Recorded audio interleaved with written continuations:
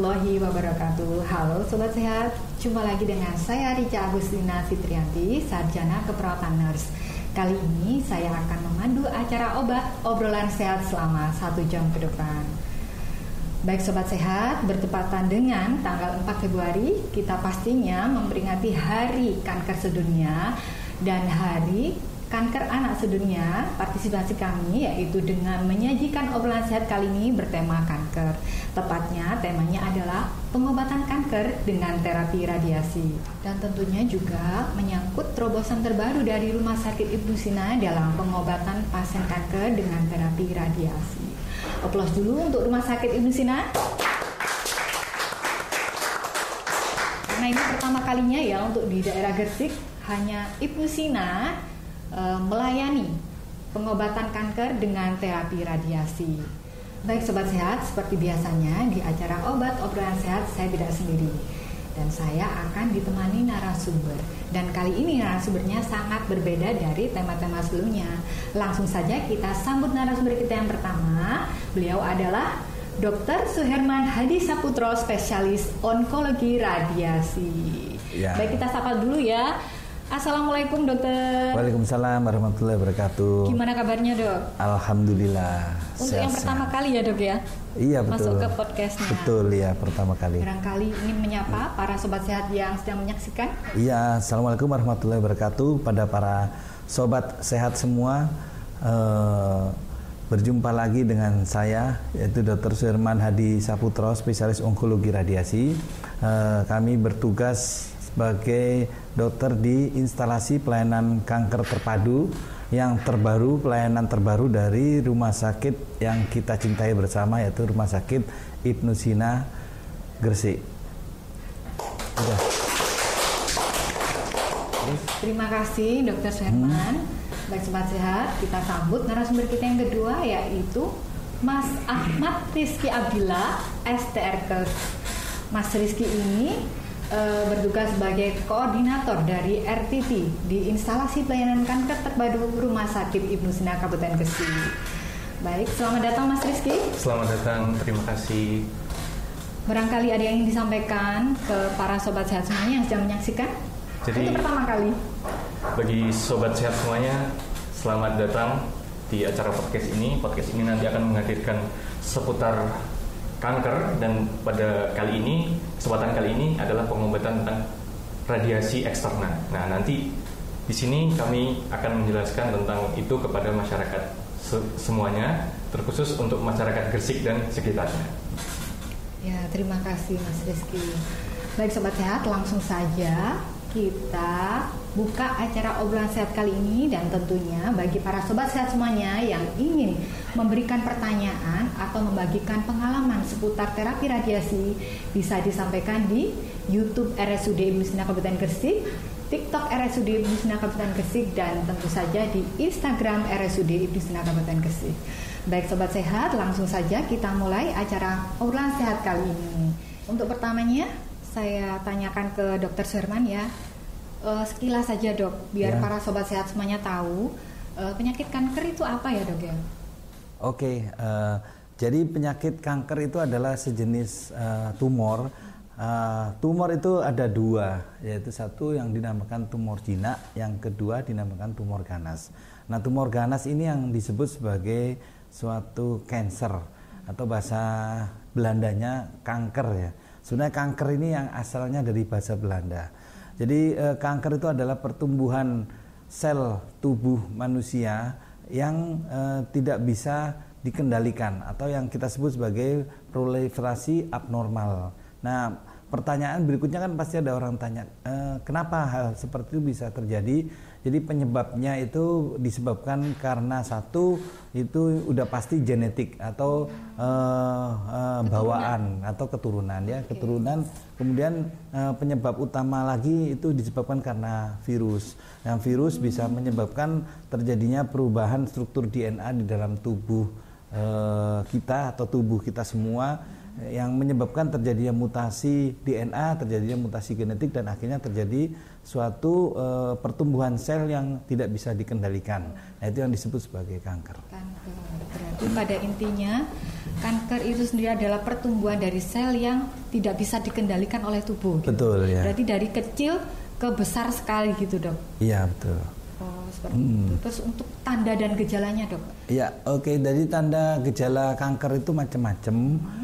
Semisal tanda dari gejala kanker kepala leher itu biasanya terjadi karena adanya gejala di sekitar telinga, hidung, dan tenggorokan. Seperti contoh yaitu kanker nasofaring, biasanya terjadi mimisan pada hidung atau telinga terasa berdenging, atau bahkan kalau sudah tumornya atau kankernya naik ke atas ke saraf mata, itu matanya bisa punya namanya diplopia atau gangguan penglihatan berupa ada bayangan atau pandangan double, itu macam-macam. Kemudian pada kanker payudara itu yang pasti ada benjolan. Ada benjolan sekecil apapun itu kita anggap sebagai suatu pertumbuhan yang tidak normal.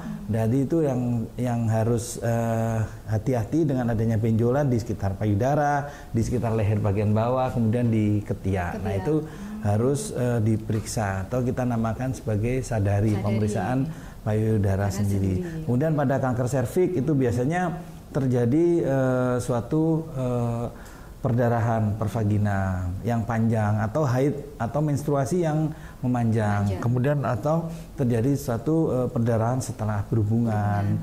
Kemudian pada kanker serviks biasanya juga ada nyeri, tapi malah jenis kanker serviks ini adalah jenis yang painless, jadi yang jarang tanpa ada nyeri ya, tanpa nyeri. Gitu sih.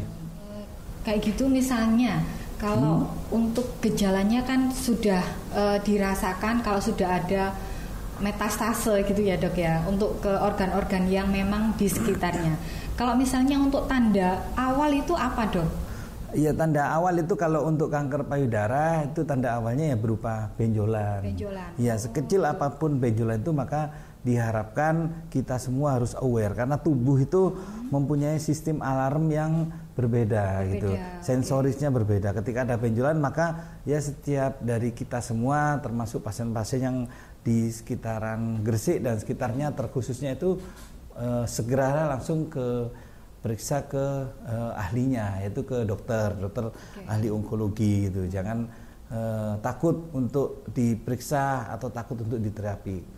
Jadi kuncinya adalah pengobatan kanker ini semakin awal kita menemukan diagnosa kanker atau dinamakan stadium dini atau stadium awal, itu angka kesembuhan untuk penyakit kanker itu sendiri apabila diterapi itu bisa mencapai 80, 90 bahkan sampai 95% ke atas gitu. Jadi angka keberhasilannya sangat-sangat tinggi pada pasien dengan stadium dini gitu. Oke, seperti itu ya.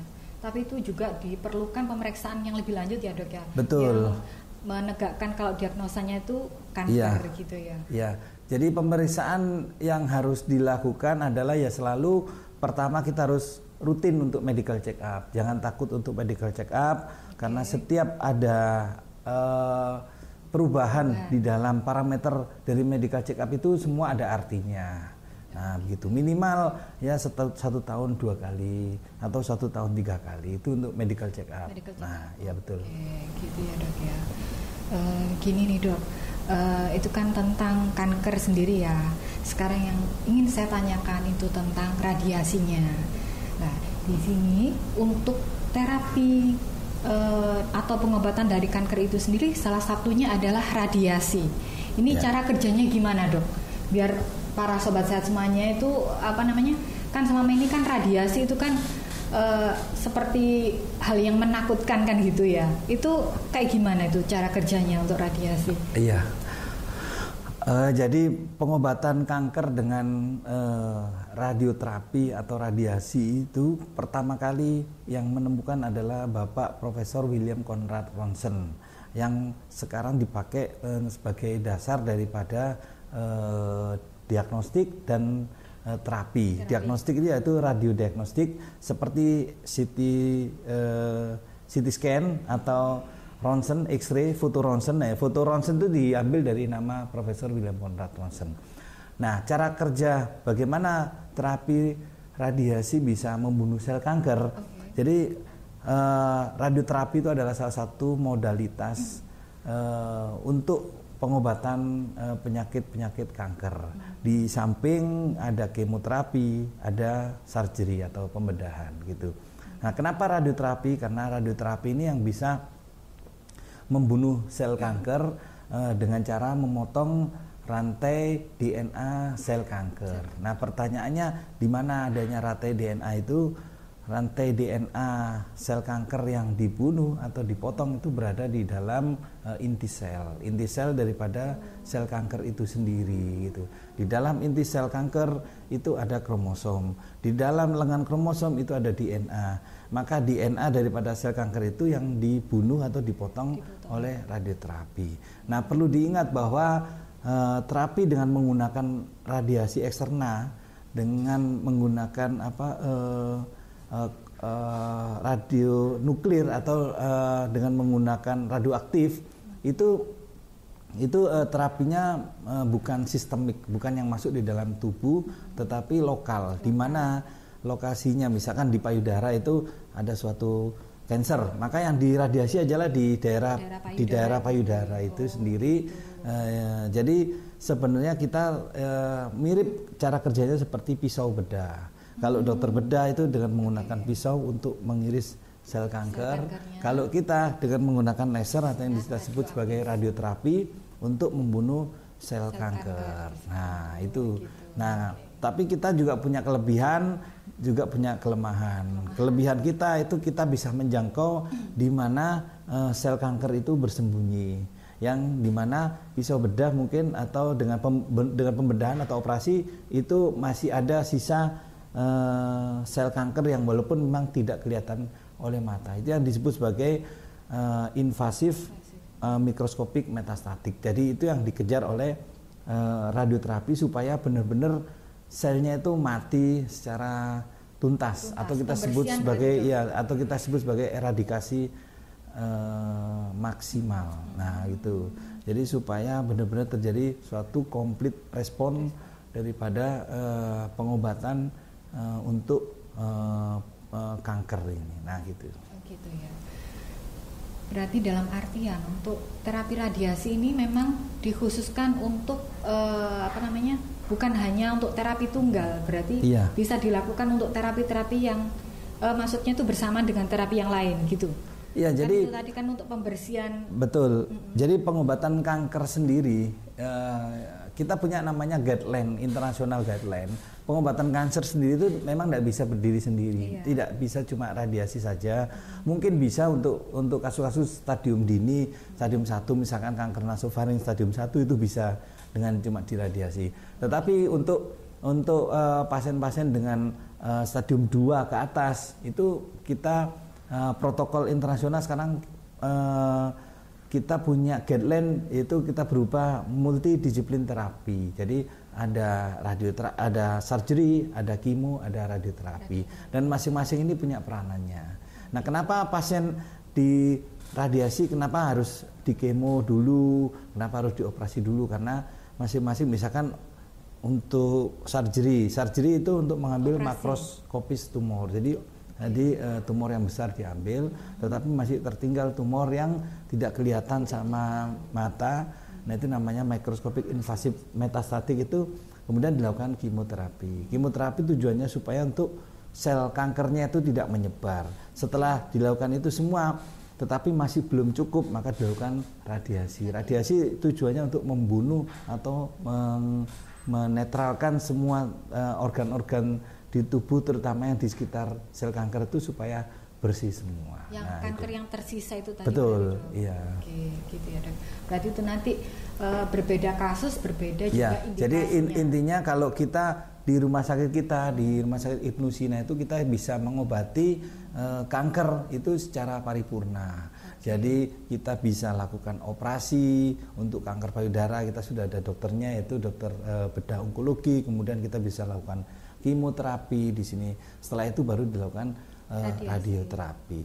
Karena 3 ini kalau kurang 1 itu ada kurang maksimal, hasilnya kurang maksimal. Nah, gitu. Baik Sobat Sehat, untuk pertanyaan selanjutnya ini ke Mas Rizky. Nah, ini perlu diketahui para Sobat Sehat semuanya ya. Mas Rizky ini adalah koordinator dari RPP, di mana Mas Rizky ini sangat berperan dalam keberhasilan terbentuknya IPKT, yaitu Instalasi Pelayanan Kanker Terpadu Rumah Sakit Ibnu Sina Kabupaten Gresik. Aplaus dulu untuk Mas Rizky ya. Nah, ini pertanyaan selanjutnya Mas. Ini bisa dijelaskan Mas, keunggulan Rumah Sakit Ibnu Sina ini khususnya di radioterapi. Mesin apa nih? Katanya mesinnya kita ini canggih. Bisa dijelaskan keunggulan kita ini yang sekarang ini untuk terapi radiasi. Baik, terima kasih. Jadi Sobat Sehat perlu kalian ketahui bahwa Rumah Sakit Ibnu Sina Kabupaten Gresik kita punya alat utama untuk terapi, yaitu namanya LINAC atau Linear Accelerator. LINAC ini merupakan alat teleterapi atau terapi dengan jarak jauh. Artinya terapi ini menggunakan radiasi yang dipancarkan dari ada jaraknya dari antara tubuh manusia dengan keluarnya radiasi. Nah, dan alat yang kita pakai juga tidak menggunakan sumber radioaktif. Artinya ketika alat ini mati atau sedang tidak mengeluarkan radiasi, juga di situ juga tidak mengeluarkan radiasi seperti alat teleterapi yang pakai sumber radioaktif. Jadi alat kita aman. Nah, kemudian alat yang kita punya juga termasuk alat yang memiliki software terbaru. Jadi software yang paling baru, dan kemudian kita juga punya alat ini itu satu-satunya di Gresik, juga sekitarnya seperti Lamongan, Mojokerto, Tuban, Bojonegoro ya, Pantura ya. Di daerah Pantura. Jadi kita satu-satunya yang punya alat itu. Aplaus dulu untuk Rumah Sakit Ibnu Sina Kabupaten Gresik. Gitu ya. Terus ini gini nih Mas. Ini kan sudah ada lisensi ya, sudah ada verifikasi dari Bapeten juga. Lah, ini kan kita sudah beroperasi mulai tanggal 3 Februari. Oh iya Sobat Sehat, kita sudah beroperasi mulai dari tanggal 3 Februari 2025 kemarin ya. Jadi para Sobat Sehat yang ingin menanyakan lebih lanjut tentang terapi radiasi, nanti bisa datang langsung ke Instalasi Pelayanan Kanker Terpadu Rumah Sakit Ibnu Sina Kabupaten Gresik. Gitu. Kembali lagi ke Mas Rizky nih, pertanyaan yang menarik ini. Untuk terapi radiasi itu langkah apa aja Mas? Yang maksudnya tuh kalau pasien sudah masuk ke IPKT itu nanti apa yang bakal dilalui sama pasien itu? Barangkali ada tahap apa atau tahap apa gitu, nanti biar Sobat Sehatnya itu paham. Oh ya. Terima kasih. Ya. Jadi kurang lebih jika ada pasien yang datang ke IPKT, biasanya pasien tersebut sudah ada indikasi bahwa pasien ini akan dilakukan terapi radiasi. Nah, nanti pasien yang datang ke IPKT bisa menunjukkan surat pendukungnya seperti surat rujukan dari dokter sebelumnya. Kalau ada indikasi untuk melakukan terapi, nah nanti akan diarahkan ke administrasi. Nah, nanti di administrasi juga akan dijelaskan bahwa tahapnya yang pertama, biasanya pasien sebelum diberikan terapi itu pasti pasien akan melalui klinik onkologi radiasi. Jadi nanti akan bertemu dengan Dr. Syarman Hadi Saputro SP Omrat. Nah, nanti di sana pasien berkonsultasi, ya nanti Dr. Syarman juga akan menentukan kira-kira pasien ini nanti akan diberi radiasi berapa, dosisnya berapa, seperti itu, kurang lebih berapa kali, berapa grade seperti itu, berapa kali, dan nanti juga ada suatu persetujuan juga di situ juga bahwa pasien harus mengikuti rangkaian pengobatan dari awal hingga akhir. Ya, karena yang seperti pengalaman di rumah sakit lain kan memang banyak.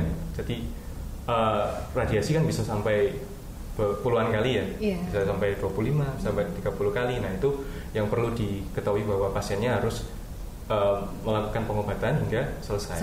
Betul-betul dipersiapkan.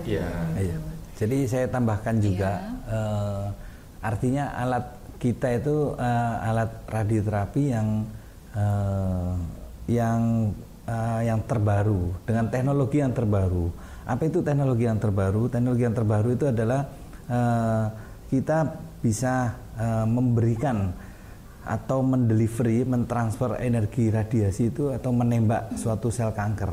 Semisal nih sel kanker di dalam kepala dengan bentuk yang seperti cacing itu, maka sebelum kita radiasi itu kita harus mengkontur atau memastikan bahwa tumornya itu bentuknya seperti apa secara 3 dimensi. Nah, sebelum kita radiasi itu kita ada namanya simulasi dengan menggunakan alat CT scan simulator. Misalkan pasien butuh alat fiksasi penutup kepala supaya dia tidak bergerak, karena nanti kalau untuk pasien-pasien kanker kepala leher, misalkan kanker nasofaring, 35 kali itu kita radiasi. Jadi kita harus pastikan bahwa koordinatnya itu setiap hari harus sama persis. Dengan cara itu tadi ada topeng fiksasi, kita namakan termoplas. Nah, kemudian untuk mengambil pencitraan atau gambar secara 3 dimensi itu kita punya alat juga yang bukan main-main, yang buatan dari Jerman, yang itu bisa mengambil gambar secara 3D dan 4D. Jadi setelah itu baru kita kontur atau kita gambar di mana sel kankernya, di mana daerah sekitar sel kanker itu, kemudian setelah fix baru kita tembak. Misalkan bentuknya sel kanker seperti cacing, maka nanti radiasinya yang dikumpulkan itu harus menyerupai cacing itu. Jadi 1 mili di sampingnya cacing itu nggak kena radiasi.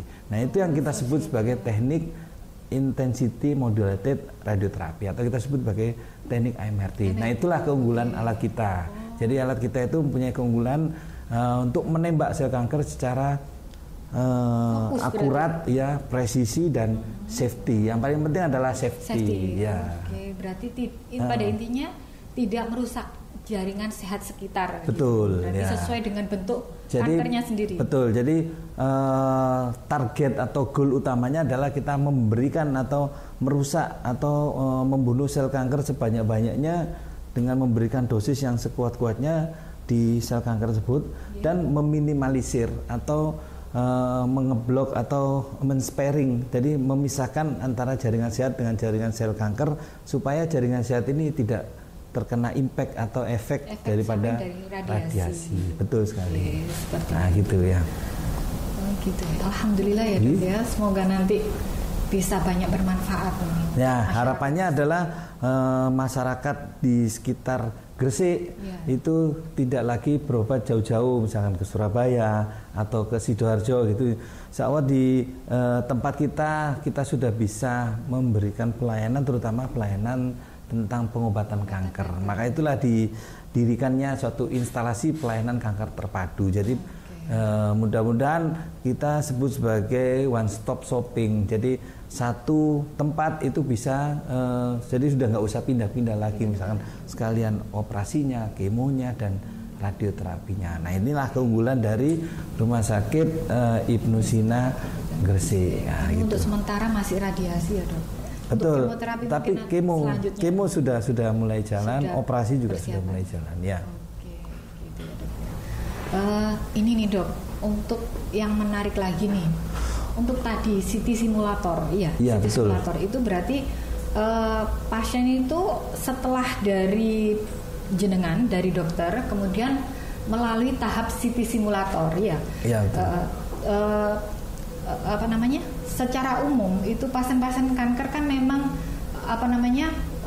menjalani proses tersebut, Namun itu kan ada antrian nih, Dok. Lah, kalau saya dengar-dengar juga dari masyarakat itu untuk mendapatkan terapi radiasi itu panjang sekali antrinya. Oh iya, itu kita sebut sebagai waiting list ya, jadi antrian pasien. Memang betul di beberapa tempat karena memang membludaknya pasien, kemudian kita juga ada keterbatasan di pelayanan gitu. Jadi pasien akhirnya antri untuk mendapatkan pelayanan itu. Tetapi sekali lagi kita tekankan bahwa Rumah Sakit Ibnu Sina Gresik ini dengan adanya pelayanan kanker terpadu ini diharapkan bisa mengurangi antrian daripada pasien-pasien di rumah sakit di sekitar, misalkan di Surabaya, di Sidoarjo, atau bahkan di tempat lain di Jawa Tengah atau di Makassar. Itu bisa, kalau mau datang monggo silakan, karena untuk saat ini kita tidak ada antrian pasien. Begitu pasien datang, kita cek, kemudian ternyata ini suatu keganasan, ada kanker, butuh untuk diradiasi, saat itu juga akan kita radiasi. Itulah keunggulannya rumah sakit kita, yaitu kami berharap kita bisa melakukan pelayanan radioterapi kepada pasien-pasien kanker itu tanpa antrian, atau kita sebut sebagai pelayanan radiasi yang kalau tanpa bisa waiting list. Betul, tanpa waiting list. Gimana caranya? Nanti kita pikirkan masing-masing sama-sama. Itu ya dok ya. Terus ini bertepatan dengan tanggal 15 besok itu kan ada Hari Kanker Anak Sedunia. Lah ini untuk terapi radiasi ini bisa nggak dok untuk pasien anak-anak? Kalau memang ada batasan umur, berapa batasan umurnya dok? Iya, oke. Jadi terapi radiasi itu, atau kita sebut sebagai radiasi eksternal, atau terapi radiasi kan macam-macam. Ada namanya radiasi eksternal, ada radiasi yang dari luar ke dalam, kemudian ada namanya mendekatkan sumber radiasi untuk membunuh sel kanker, kita sebut sebagai brachyterapi. Atau juga ada namanya radiasi yang dari dalam dengan injeksi, kita sebut sebagai ablasi, sebagai radiasi internal. Nah, ini bertujuan untuk membunuh sel kanker. Nah, sel kanker itu tidak pandang bulu, misalkan bayi atau bahkan usia tua sekalipun itu. Kalau memang masih kuat untuk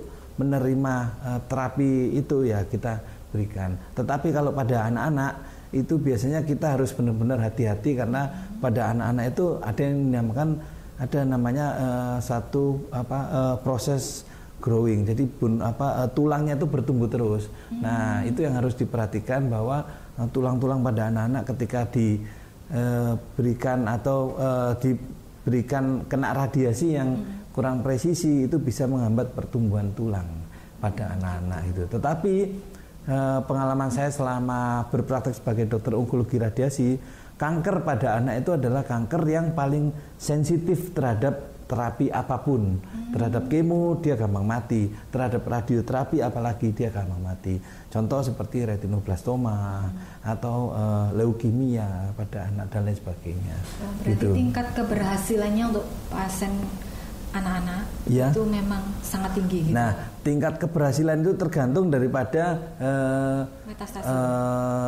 sesuai dengan merujuk jurnal-jurnal terbaru, keberhasilan untuk onkologi treatment atau terapi di bidang kanker itu tergantung daripada stadium. Semakin awal stadium tumor itu kemudian kita terapi, itu keberhasilannya makin tinggi.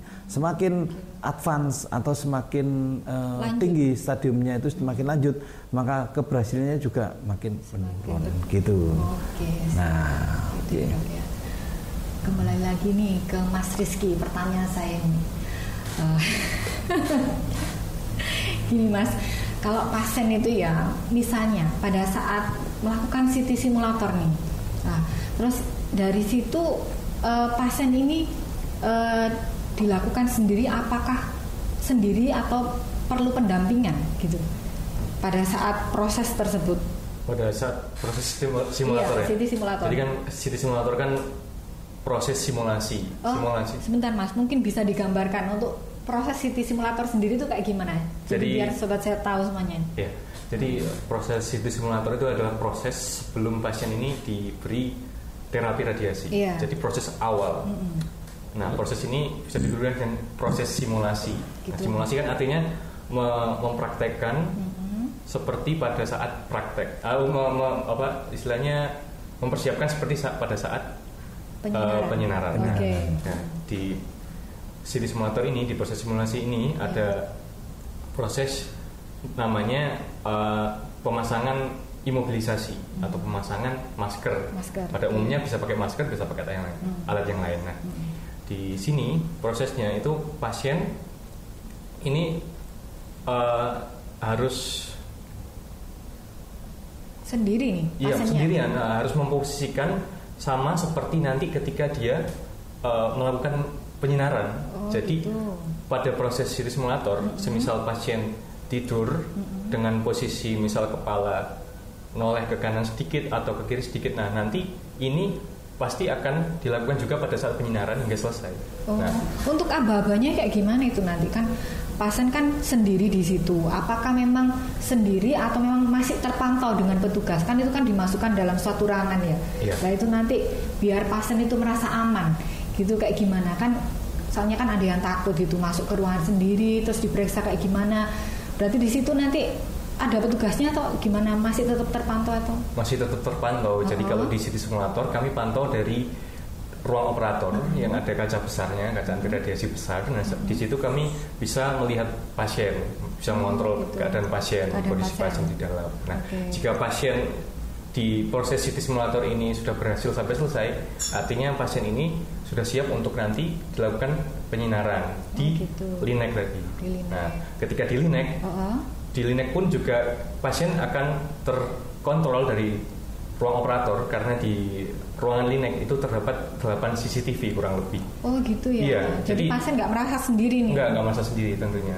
Dan juga kita bisa memutarkan lagu atau apapun jika pasien memang merasa ingin lebih rileks. Oh, kita biar juga nyaman bisa, gitu ya. Biar nyaman. Bisa request lagu berarti. Bisa dong. Oh gitu. Ya, bisa.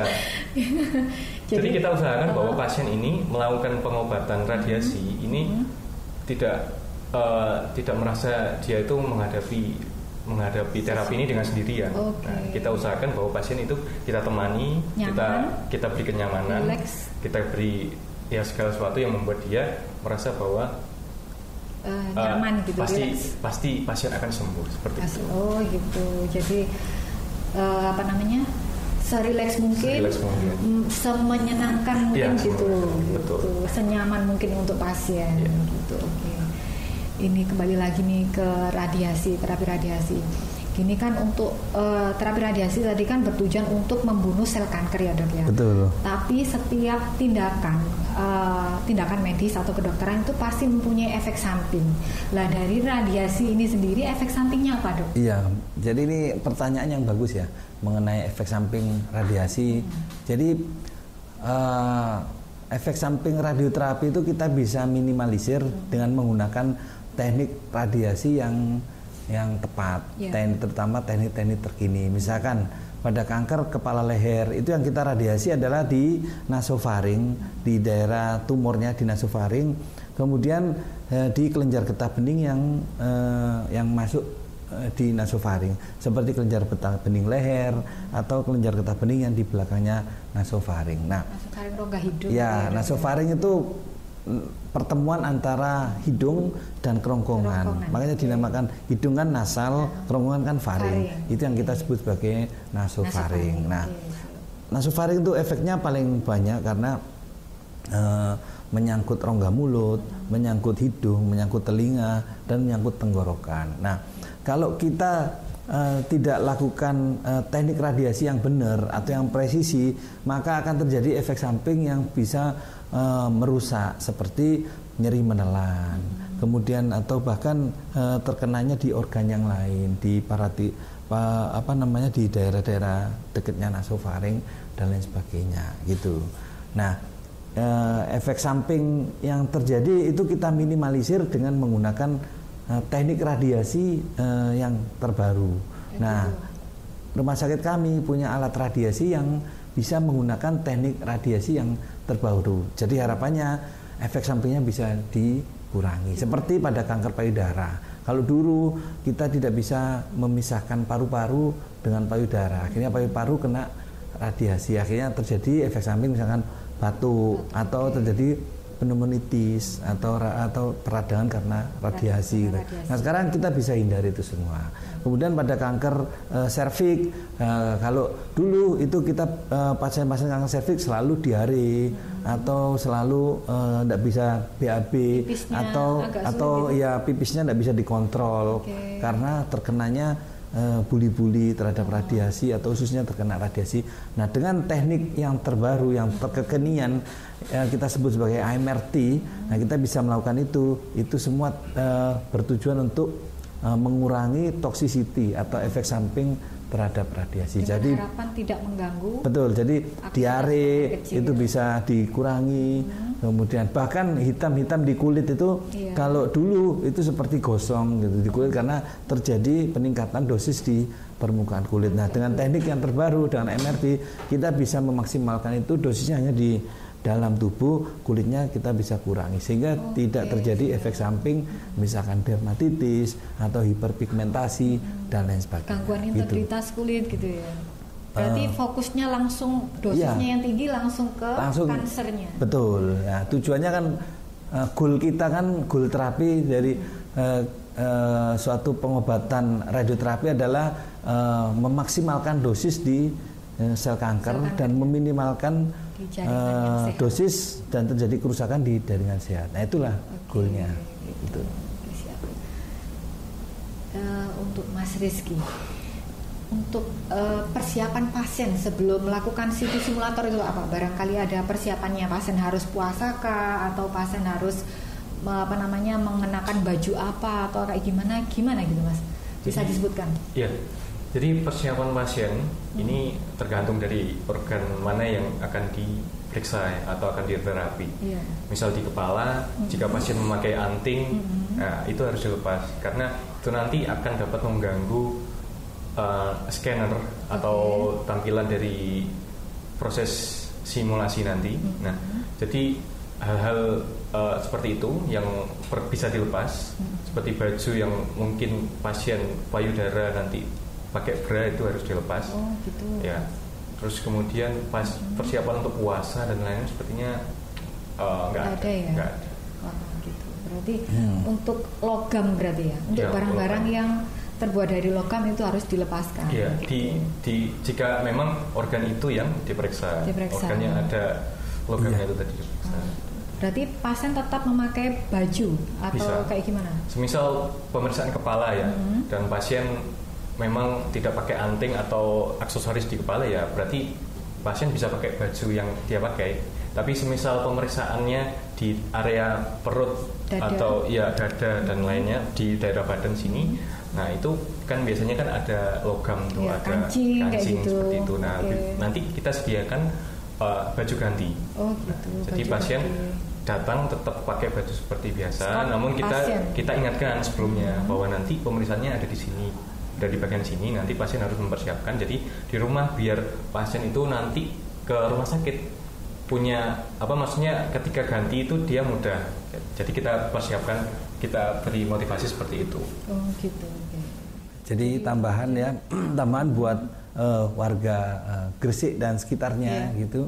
Jadi segeralah kalau dirasa ada suatu kelainan dalam tubuh kita masing-masing seperti ada benjolan, ada mimisan, ada perdarahan pervagina atau menstruasi yang memanjang, maka segeralah ke rumah sakit, segera untuk bisa ditangani. Karena kuncinya pengobatan kanker itu adalah semakin dini kita semua atau Anda semua datang ke rumah sakit untuk ditangani, maka angka kesembuhannya itu semakin besar gitu. Karena pengalaman saya setelah praktek di banyak tempat itu kebanyakan orang Indonesia itu rata-rata sebelum ke rumah sakit mereka ke swalayan pengobatan dulu. Nah, enggak tahu pengobatan apa, gitu ya, pengobatan alternatif, jamu apa dan lain sebagainya. Kemudian ketika semua itu tidak ada hasilnya, maka mereka berharap orang terakhir yang menolong adalah dokter. Nah, tetapi itu adalah suatu ironi karena ketika kebanyakan mereka berkeliling untuk mencari alternatif, ketika datang ke dokter, dari yang dulu pertama kali ditemukan itu dia sudah masih stadium 1 atau stadium 2. Ketika keliling terus datang ke dokter yang terakhir kali itu kita diagnosa ternyata dia sudah stadium 4. Maka kalau sudah stadium 4 prognosanya atau angka kesembuhannya itu semakin menurut jurnal. Walaupun memang kesembuhan itu adalah ada yang di tangannya Tuhan. Setiap penyakit, setiap kesembuhan adalah hanya Allah yang menentukan. Tetapi sebagai manusia kita hanya berusaha berikhtiar semaksimal mungkin. Saya kira itu yang gitu ya, Dok ya. Ini ada lagi nih, Dok. Ya. Untuk pasien radiasi nih misalnya. Ya. misalnya pasien itu diradiasi pada hari tersebut, apakah persiapannya sama dengan pasien yang operasi kayak gitu? Misalnya ada puasa atau mandi besar atau apa kayak gimana gitu?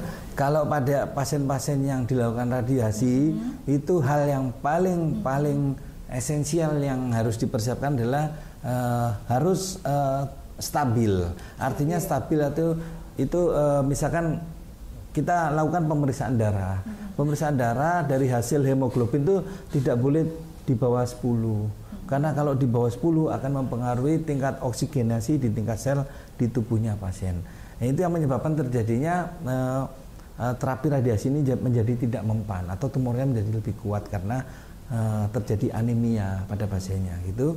Kemudian yang kedua juga dalam kondisi stabil, artinya pasien bisa jalan atau bahkan kalau memang pasien tidak bisa jalan pun minimal dia bisa mengikuti instruksi kita gitu.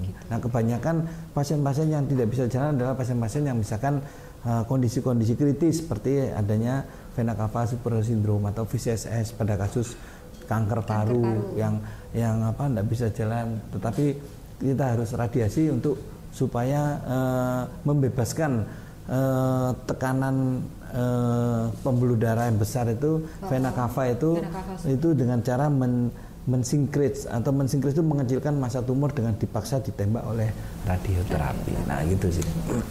Sehingga itu nanti pada pasien kasus kanker paru tadi masanya bisa mengecil sehingga sesak nafas nafasnya pasien bisa artinya vena cava superior syndrome artinya pembuluh darah yang besar tidak yang ada tertekan. Itu tidak tertekan, terbebas oleh pengecilan massa tumor sehingga terjadi pembebasan pembuluh darah besar itu, akhirnya oksigenasi di seluruh tubuh menjadi lancar. Yang diharapkan dari situ kemudian kita bisa menyelamatkan nyawa pasien. Nah, gitu ya. Itu berarti tidak pakai puasa, Dok, berarti persiapannya? Enggak. Kita bukan pemeriksaan laboratorium, jadi kita tidak menggunakan puasa dan lain sebagainya. Gitu ya. Nah, ini, Dok, untuk perawatan daerah yang diradiasi nih kayak gimana? Misalnya radiasinya nih di sekitar dada, itu kan nanti kan setelah CT simulator pasien itu nanti akan dikasih tanda, Dok, ya gitu ya. Untuk tanda daerah mana yang akan diradiasi. Lah itu kayak gimana, Dok? Jadi marker yang dipakai selama radiasi, kalau markernya itu menempel di tubuh maka tidak boleh hilang. Karena marker itu bertujuan untuk menentukan titik tengah daripada terapi radiasi yang kita sebut sebagai isocenter gitu ya. Nah, kemudian untuk di payudara sendiri misalkan yang diradiasi dari payudara diharapkan pasien boleh mandi. Kalau di kami pasien boleh mandi, boleh kena air, tapi asal jangan kena sabun atau zat kimia yang lain. Karena itu akan bereaksi terhadap radiasi. Gitu. Berarti mandi pakai air aja, tanpa pakai sabun. Air boleh ya. Karena radiasi itu tidak boleh kena bahan kimia apapun, gitu ya. Jadi radioterapi itu bekerja itu secara fraksinasi, dipecah sedikit demi sedikit. Setelah 25 kali kita berikan radiasi, maka terkumpul dosis yang pas 50 Gray, maka di saat itulah radiasi akan bekerja. Gitu ya. Terus untuk pelaksanaan radiasinya ini itu misalnya 25 kali itu berarti kayak gimana? Jadi pelaksanaan radioterapi itu kita mengikuti protokol internasional. Kita menggunakan namanya vaksinasi konvensional untuk di Indonesia ya. Karena kita juga mengikuti pola daripada pengampu pembiayaan seperti BPJS dan sebagainya. Itu radioterapi kita lakukan setiap hari. Iya, bisa dilakukan seminggu 5 kali atau seminggu 6 kali tergantung dari kebutuhan. Nah, itu dilakukan setiap hari dan sekali pasien menerima terapi radiasi itu kira-kira sekitar antara 5 sampai 10 menit, bahkan kurang dari 5 menit. Iya, gitu. Jadi buat warga Gresik jangan khawatir dan jangan takut untuk berobat ketika kita sudah terkena suatu penyakit yang namanya kanker. Itu tenang aja karena di tempat buat warga Gresik dan sekitarnya, silakan datang di Rumah Sakit Ibnu Sina Gresik, karena kita bisa memberikan terapi untuk penyakit-penyakit keganasan, yaitu penyakit kanker. Gitu, ya, alhamdulillah gitu ya. Ya. Terus ini Dok, untuk pasien dengan terapi radiasi, nah ini untuk barangkali nutrisi atau apa yang harus perawatan sehari-harinya. Maksudnya kayak makanan apa, apakah ada pantangan untuk makanan atau minuman, atau ada pembatasan cairan yang masuk kayak gitu, gimana Dok? Barangkali ada bisa disampaikan. Jadi makanan, minuman itu semua tergantung dari kebutuhan ya. Tetapi untuk pasien-pasien kanker itu kan terjadi suatu penurunan sistem imun, penurunan sistem kekebalan tubuh. Maka yang diharapkan makanan yang bisa membantu atau memberikan penguatan terhadap sel imun, itu makanan yang banyak mengandung protein, terutama yang paling bagus yaitu protein albumin yang paling esensial itu. Nah, itu ada di dalam makanan-makanan sehari-hari, misalnya dalam ikan, ayam, daging dan lain sebagainya. Jadi untuk pasien-pasien penderita kanker jangan tidak makan, karena kalau Anda tidak makan itu akan melemahkan tubuh Anda sendiri. Ketika tubuh kita itu menjadi lemah, maka kankernya itu juga bukan menjadi lebih lemah juga, tapi malah menjadi lebih kuat. Nah, gitu. Jadi untuk pasien kanker itu untuk makan aja susah mereka, apalagi terus dilarang-larang, kan tidak mungkin ya. Jadi harus banyak makan, banyak asupan protein, banyak minum, dan banyak istirahat. Udah gitu aja. Ini Dok, yang saya dengar itu makanan dari kanker itu sendiri adalah makanan-makanan yang manis kayak gitu. Itu apakah ada batasan konsumsi gula atau kayak gimana biar efektivitas dari radiasinya ini tinggi kayak gitu? Apakah ada pembatasan konsumsi gula atau gimana itu? Enggak, jadi gula atau makanan manis itu tidak ada ambang batasnya untuk pasien-pasien kanker, kecuali kalau memang pasiennya sudah ada menderita diabetes atau DM tipe 2 ya, penyakit gula dan lain sebagainya. Tetapi memang kanker itu mempunyai metabolisme yang tinggi. Bahkan ketika diberikan gula, dia akan pasti menyerap gula itu. Tapi di dalam tubuh manusia juga ada 2 organ yang butuh gula, yaitu otak kita, brain, dan jantung kita. Jantung kita butuh gula untuk berdetak, dan otak kita butuh gula supaya untuk sel-sel neuronnya itu tetap bergerak dan kita bisa berpikir. Maka jangan salahkan gula. Nah, gitu ya kan, sedikit-sedikit gula, sedikit-sedikit gula ya. Gitu. Karena otak kita sama jantung kita itu juga butuh gula. Iya, gitu. Gini Dok, untuk IPKT sendiri, ini kalau para sobat sehat ingin memeriksakan atau berkunjung ke IPKT, itu jam bukanya kapan nih Dok? Itu yang penting itu. Iya. Jam bukanya itu jam berapa? Jam pelayanannya itu Mas? Oh iya. Jadi untuk saat ini kita buka jam pelayanan penyinaran itu dari Senin sampai Jumat pukul 10 pagi hingga pukul 17 sore. Jadi untuk jam praktek dokter onkologi radiasi untuk saat ini itu kita sementara praktek di sore hari, yaitu jam betul katanya Mas Rizky tadi, jam 2 siang sampai selesai. Ya selesainya kapan? Nah, kalau selesai jam 12 malam ya itu selesai, tapi kan nggak mungkin. Nah gitu. Jadi kalau buat warga Gresik dan sekitarnya, kalau Anda mau datang dan berkunjung di Poli Onkologi Radiasi, itu kita buka di hari Senin, Rabu, Jumat. Jamnya jam berapa? Jam 2 siang sampai selesai.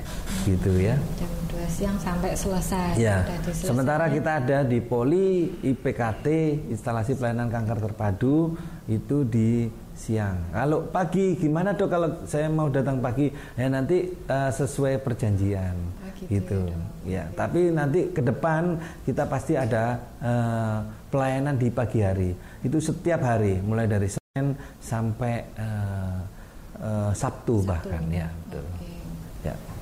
Berarti itu nanti akan dimotivasi sama dari petugas IPKT sendiri ya. Itu sesuai nanti ada jamnya, ada harinya, itu nanti disesuaikan semuanya. Betul ya. Intinya pokoknya kepuasan Anda adalah prioritas kami. Nah. Oke. Terima kasih dokter, iya. Mas Rizky. Sama-sama. Ya, kita semua para sobat sehat nih tentunya nih barangkali yang mempunyai benjolan-benjolan nih harus segera diperiksakan. Karena apa? Keberhasilan dari pengobatan kanker itu tergantung dari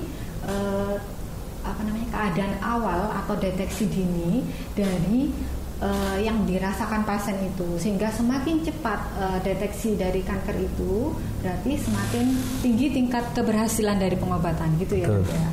Oke, barangkali ada pesan-pesan dari Dr. Suherman untuk para sobat sehat semuanya? Ya, pesan-pesan untuk para sobat semuanya, terutama terkhusus di wilayah Gresik dan sekitarnya dan di seluruh Indonesia bahkan di seluruh dunia gitu. Ketika ada benjolan atau ada suatu kelainan di dalam tubuh kita gitu, maka jangan menunda-nunda karena itu adalah suatu alarm tubuh kita yang berteriak untuk minta tolong untuk segera diobati. Nah, gitu. Jadi pengobatan medis adalah untuk saat ini masih di pengobatan yang secara resmi untuk pengobatan kanker dengan operasi, kemoterapi dan radioterapi gitu. Yang lain itu pengobatan mungkin itu ada namanya pengobatan dunia lain maksudnya. Tapi untuk pengobatan sesuai dengan simptom atau gejalanya kan pasti ada ya dok ya nanti ya. Iya ada, pasti ada itu. Itulah makanya kita ada namanya polionkologi radiasi gitu ya. Oke, terima kasih dari Mas Rizky, barangkali ada pesan-pesan yang ingin disampaikan. Jadi pesan untuk sobat sehat atau warga Gresik dan sekitarnya, bahkan untuk seluruh warga Indonesia, jika memang kalian ada pertanyaan mengenai pelayanan di IPKT, kalian bisa tanya apapun itu dan kami akan menjawabnya di call center WA RSUD Ibnu Sina Gresik yang nanti akan dihubungkan kepada admin instalasi pelayanan kanker terpadu khususnya di pelayanan radioterapi. Oke, siap. Oke, sobat sehat, barangkali ada yang ingin ditanyakan bisa langsung disampaikan di TikToknya RSUD Ibnu Sina Kabupaten Gresik, di YouTube-nya RSUD Ibnu Sina Kabupaten Gresik, juga di Instagram. Oke. Terima kasih untuk Dr. Suherman dan Mas Rizky. Nah, sebelumnya nih ada pantun untuk para sobat sehat. Oke? Gimana, setuju? Setuju tuh, cakep. Oke, beli baju jangan lupa dicuci tapi jangan disikat. Cakep. Makan bakso, oke, yang kedua makan bakso, jangan lupa makan bakmi. Lah, Rumah Sakit Ibnu Sina Kabupaten Gresik, pilihan masyarakat. Kepuasan Anda prioritas kami. Cakep. Sekian dari kami. Mohon maaf untuk yang tidak berkenan. Wassalamualaikum warahmatullahi wabarakatuh. Waalaikumsalam.